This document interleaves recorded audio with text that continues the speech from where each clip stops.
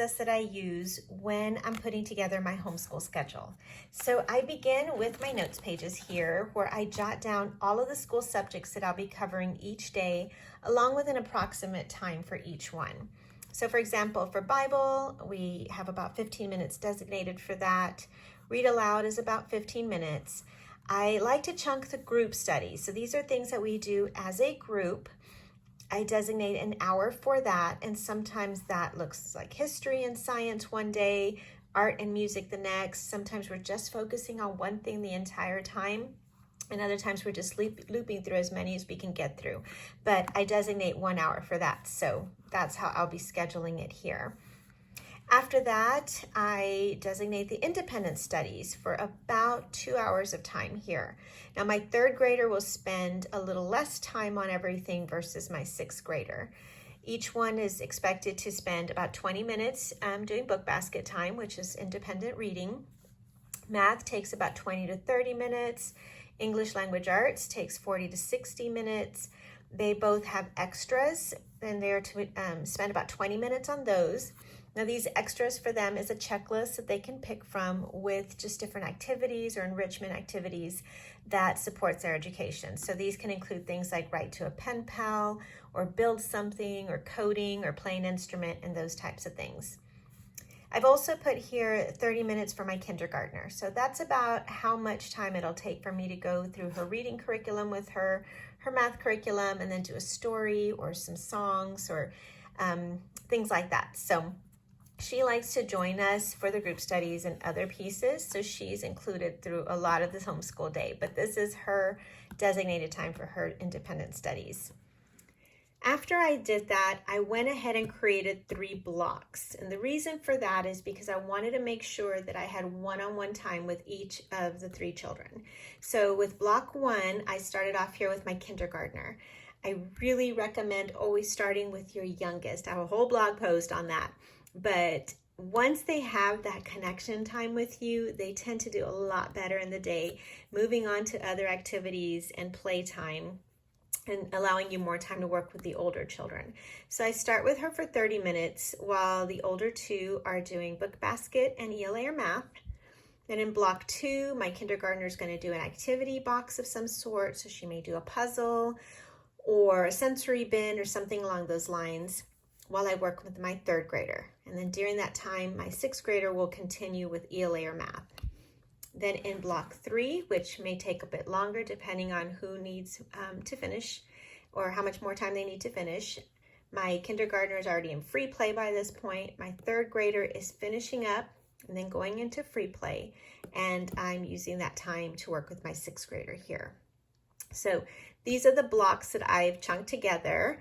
And then before I flesh out my schedule, the next thing I have to include are just things that are a daily part of our day. So definitely want to schedule in breakfast, lunch, snacks, quiet time, which is the time when we all go to our rooms for some quiet time. Kids are not allowed on screens during this time. This is a time of reflection or reading or rest or devotionals, whatever they'd like to do, but it gives them that time to just be alone. And we also schedule chores, because I found that if I don't schedule chores, they don't get done. So these are the things that are important to us. So I listed them here, and if you're following a similar process, you'll want to make sure to jot down the things that are also important to you so that you can get them in on your schedule. Now, after I've done that, I can use a weekly spreadsheet like this to start to map out everything. I went ahead and put some rough times here. My goal this year is to try to do as much of our school done before lunch so that we have our afternoons free for other activities. So we'll see how it goes. This may change throughout the year, and I expect it to. If we have extracurricular activities that come into play, then these will change a bit. If we want to add in some subjects, or if some subjects are just taking longer, then we'll have to adjust this. So I make multiple copies of this form, and then I just work through it throughout the year. Now, the first thing I do when I get this form is I plug in any extracurricular activities that are outside of the home. So things like dance and tumbling, when we have American Heritage or Park Day. So I plug those pieces in. Then I plug in my anchor points, such as breakfast and lunch. Chores are in here. I had to schedule them here at a different time because we'll be out during regular chore time. but I put snacks, quiet time, and chores here most of the other days. After I've done that, then I go ahead and plug in. Like Bible happens during breakfast time.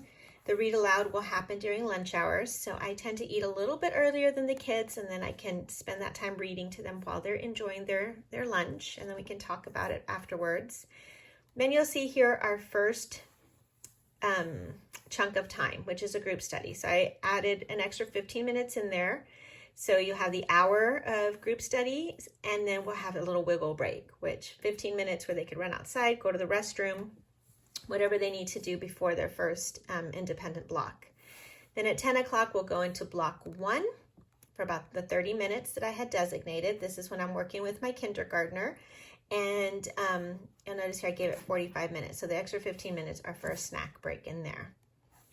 Then at 10:45, we go into block 2. So now I am working with my 3rd grader, and that leads into block 3 as well. So I set a timer. I'll work 30 minutes with my 3rd grader, and then she'll go off and I'll work with my 6th grader. At 12:15, we all break for lunch and have a read aloud. And then you'll see here at 1 o'clock, we're done. They can do free play, they can do projects, and if they didn't finish something here like the extras or their exercise time, then they can take care of it during this time. At 3 o'clock, we're going to gather together to tidy up the house, have a quick snack, and then go into quiet time for an hour. And then when we come back, it's chores.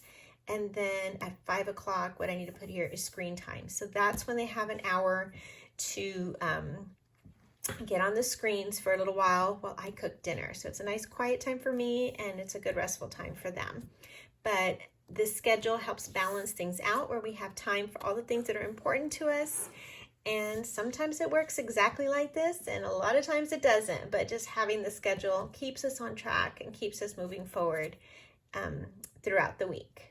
Now, the last thing I do is schedule each day. So there was a time where I printed these out.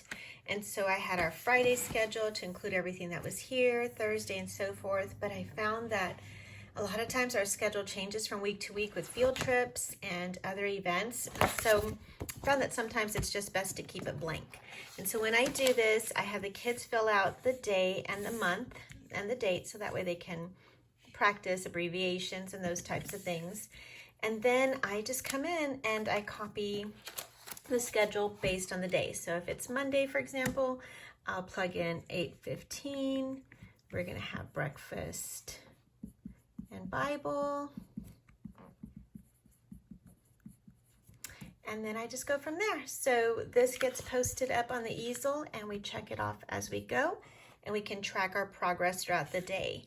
Now, this is a free printable on my site. If you have little ones, then I encourage you to look at agenda cards. So I also have those free. You can go check them out in the member access area.